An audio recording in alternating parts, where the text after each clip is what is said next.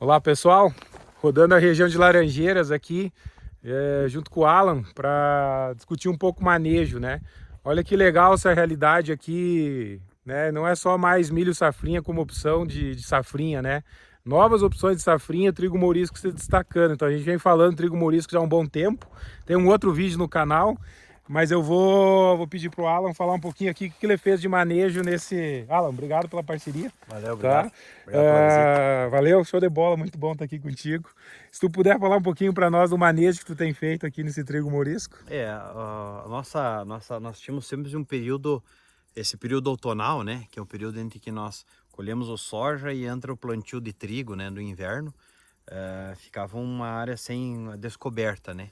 E sem um faturamento também. Às vezes fazia uma cobertura, mas era apenas uma cobertura. E o trigo mourisco entrou como uma alternativa desse período outonal aí, fevereiro até maio, final de abril, começo de maio aí, que a gente consegue fazer uma baita cobertura, né? A gente consegue fazer uma cobertura boa aqui no solo, não tem problema de erosão e com uma certa rentabilidade, né? O nosso único manejo aqui foi o plantio até o momento, né? A gente plantou, colocamos 200 kg por alqueire da semente aí, com a parceria com o pessoal. E aí depois a gente recolhe e devolve essa semente aí com um ágio ali que a gente tem que pagar.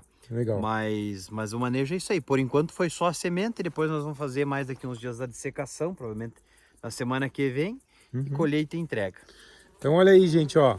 Essa área tá com 60 dias, né? Ó. Plantio última semana de fevereiro.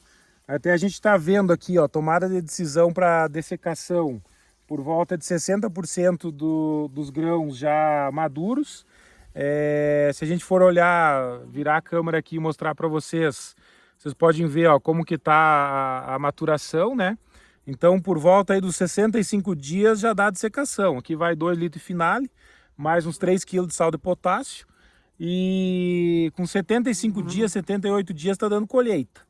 Se isso aqui render para nós aí uns 1.000 kg de semente por hectare, ou isso aí vai para alimentação humana, para quem, né, é celíaco, tem problema de glúten, ou poderia ir para alimentação animal com outra opção, né? Então uma janela aí curta, vem trigo na sequência, né, uma outra opção, ou aveia, enfim, tá ciclando nutriente, tá cobrindo solo, e enfim, mais uma opção aí que não existia aí 3, 4 anos atrás e está ganhando espaço do resto do Paraná.